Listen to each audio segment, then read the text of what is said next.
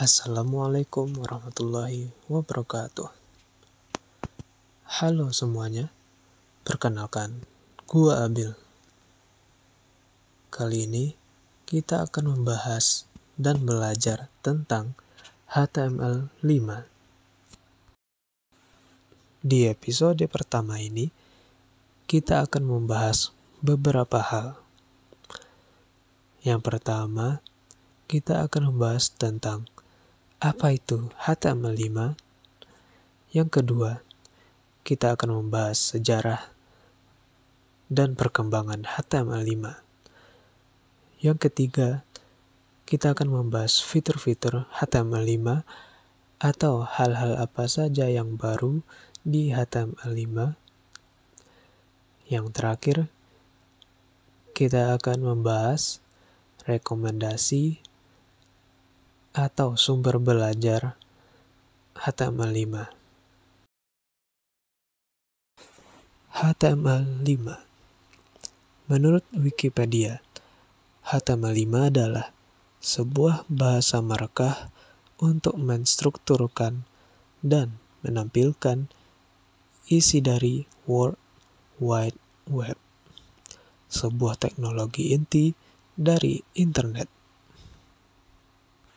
Selanjutnya, menurut html.space.whatwg.org, HTML5 secara luas digunakan sebagai kata kunci untuk merujuk pada teknologi web modern, yang banyak diantaranya, meskipun tidak semuanya, dikembangkan di WhatWG. Kita semua pasti bingung dan bertanya-tanya, WhatWG itu apa sih bro? Iya, WhatWG itu sendiri memiliki kepanjangan Web Hypertext Application Technology Working Group.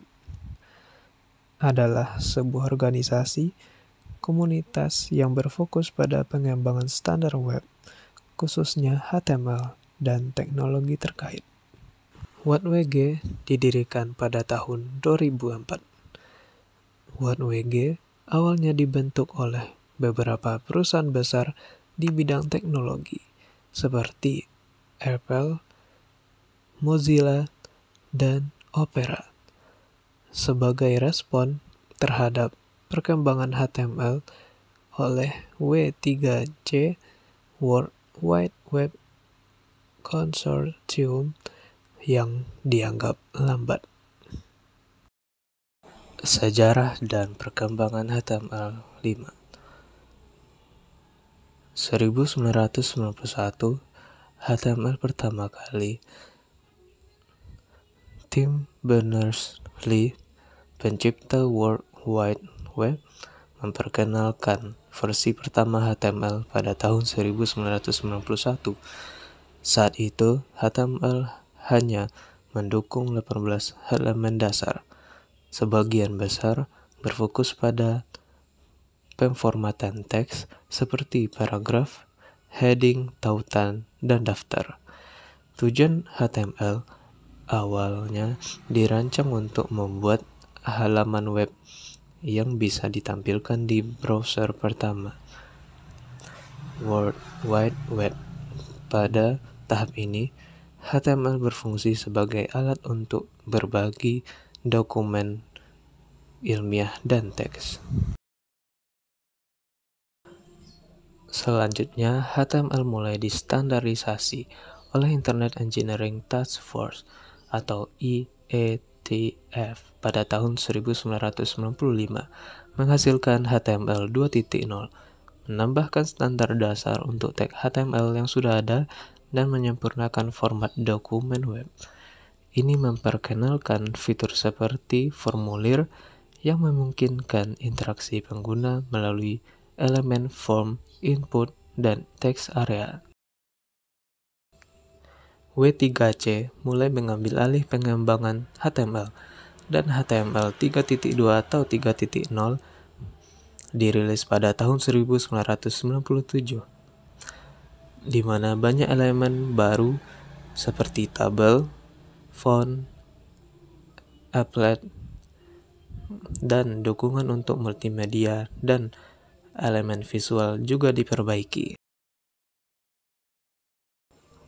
HTML 4.0 dirilis oleh W3C sebagai pembaruan besar untuk HTML. Ini merupakan versi HTML paling populer sebelum munculnya HTML5.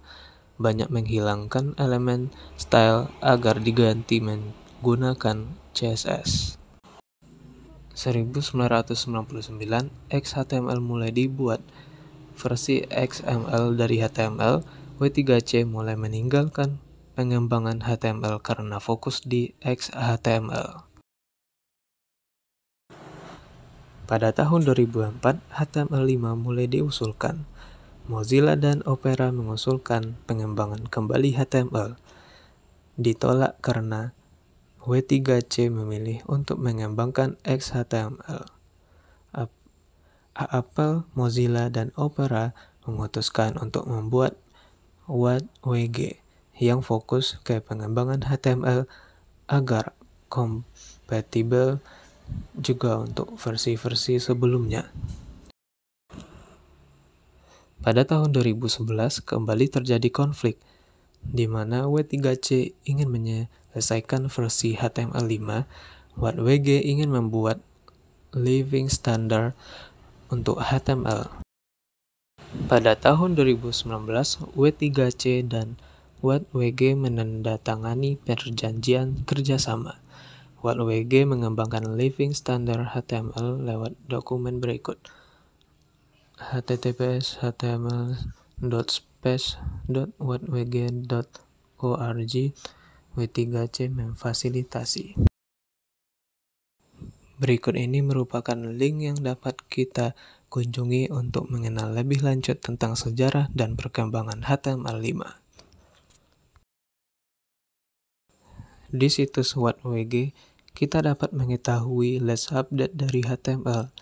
Latest update dari HTML yaitu pada tanggal 17 Oktober 2024.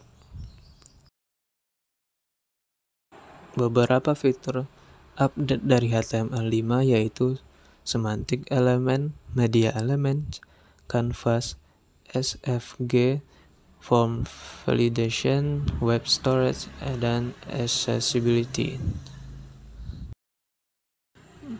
Jika teman-teman semuanya ingin lebih mendalami HTML5, berikut adalah rekomendasi sumber belajar dari HTML5. Kalian bisa mengunjungi situs-situs yang ada di bawah ini.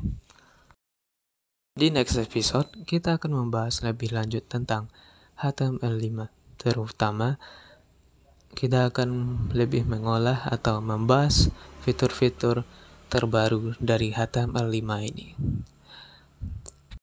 Jika teman-teman ada pertanyaan, jangan lupa tinggalkan komentar atau DM di Instagram Buildfirst.